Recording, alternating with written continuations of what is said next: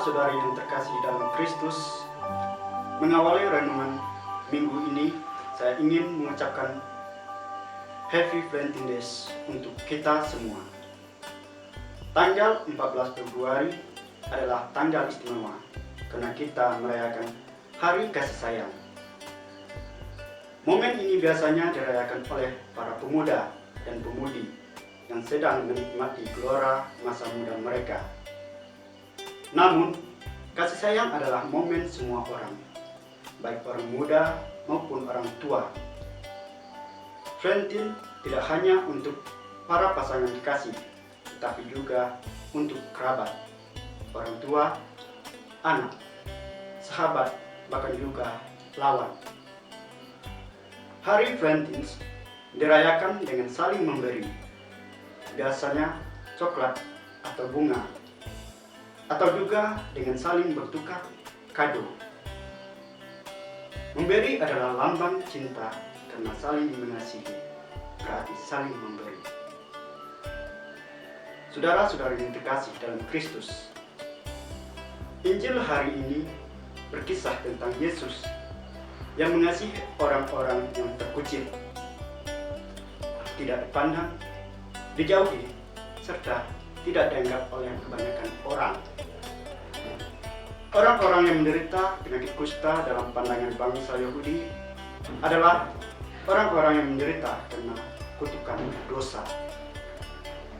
Mereka, orang-orang yang berpenyakit kusta, dianggap najis karena Tuhan menimpakan malapetaka akibat perbuatan mereka di masa lampau yang tidak berkenan pada Tuhan. Yesus hadir sebagai pembeda. Jika orang-orang termasuk para ahli agama dan kitab suci menutupi mereka, Yesus justru datang mendekati mereka. Yesus membawa kasih dengan menyembuhkan mereka supaya mereka dapat hidup dengan keluarga dan orang-orang lain serta tidak lagi dianggap najis. Penyembuhan ini juga menjadi lambang kehadiran Yesus sebagai penebus umat manusia. Kusta adalah lambang dosa yang namun belas kasih Yesus datang membawa keselamatan supaya manusia mendapatkan posisinya dalam hadirat Allah dan sesama. Kasih adalah memberi, dan Yesus telah memberi apa yang terbaik, yang paling dibutuhkan oleh umat manusia, dan yang paling berharga. Dalam kasih-Nya kita semua telah diselamatkan dari belenggu dosa yang sudah lama menyiksa kita. Kita yang terasing oleh karena dosa-dosa kita, serta terpuruk dalam ketakutan, penyesalan tiada akhir, serta penderitaan dunia yang tanpa henti telah ditebus dengan curahan darah serta derita Kristus. Maka, seperti coklat yang melambangkan kemanusiaan cinta dan bunga mawar sebagai lambang harumnya kasih sayang, tubuh dan darah Kristus yang menjadi lambang korban cinta di kayu salib adalah hadiah termanis tiada duanya yang diberikan Yesus secara cuma-cuma kepada kita. Penderitaannya merupakan kasih kepahlawanan yang paling semerbak, yang mampu menangkis bau-bau busuk dosa manusia. Saudara-saudari terkasih dalam Kristus, dalam kehidupan sehari-hari begitu banyak kita mencintai. Ada sebuah perasaan berupa keinginan kita untuk memberikan sesuatu kepada mereka yang kita kasihi. Namun, kita terkadang bingung akan pemberian apa yang cocok untuk mereka. Sebenarnya, untuk mengungkapkan cinta kita kepada orang lain tidaklah rumit.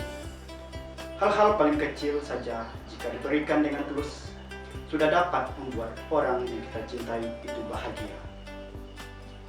Untuk kita yang jauh dari orang tua atau keluarga, karena merantau, kerja, atau sedang menempuh pendidikan di tempat lain, Orang tua mengharapkan hadiah apa-apa dari kita. Orang tua hanya ingin mendapatkan kabar bahwa kita sedang sehat dan baik-baik saja. Sebagai orang tua, tentu saja ada rasa khawatir pada anaknya yang sedang berada jauh.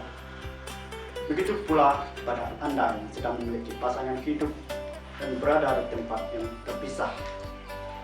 Memberi kabar adalah bentuk ungkapan bahwa Anda memperhatikan mereka serta memiliki tanggung jawab untuk mempertahankan hubungan Anda. Komunikasi itu penting, dan pada hari Valentine ini, hadiah pembuka sebelum hadiah-hadiah lainnya kepada pasangan Anda adalah ungkapan hati. Aku mencintaimu dan akan tetap mencintaimu selamanya. Selanjutnya, bagaimana kita membagikan kasih kita kepada mereka yang tidak kita kenal? Saudara-saudara terkasih, saat ini seluruh dunia tengah menghadapi situasi yang genting.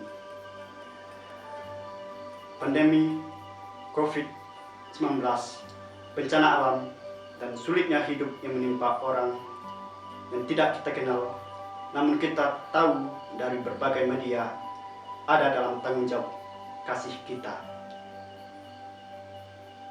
Hal yang perlu kita lakukan adalah, pertama, mendoakan mereka. Mendoakan mereka yang sedang mengalami bencana adalah pertolongan pertama yang tidak memerlukan biaya, hanya memerlukan ketulusan hati.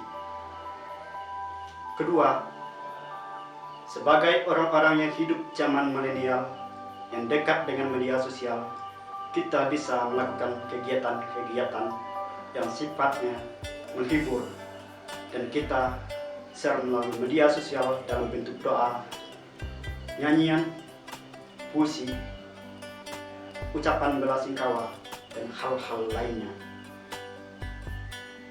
Ketiga, membantu meringankan beban mereka dengan cara yang kita bisa. Akhirnya, saya mengajak kita semua untuk bersama membangun kepedulian kepada sesama. Kita gunakan hari kasih sayang ini menjadi momen untuk menebarkan kasih Tuhan kemana saja, di mana saja, dan kapan saja, seperti yang telah ditunjukkan oleh Yesus. Salam Kasih. Tuhan memberkati. Amin.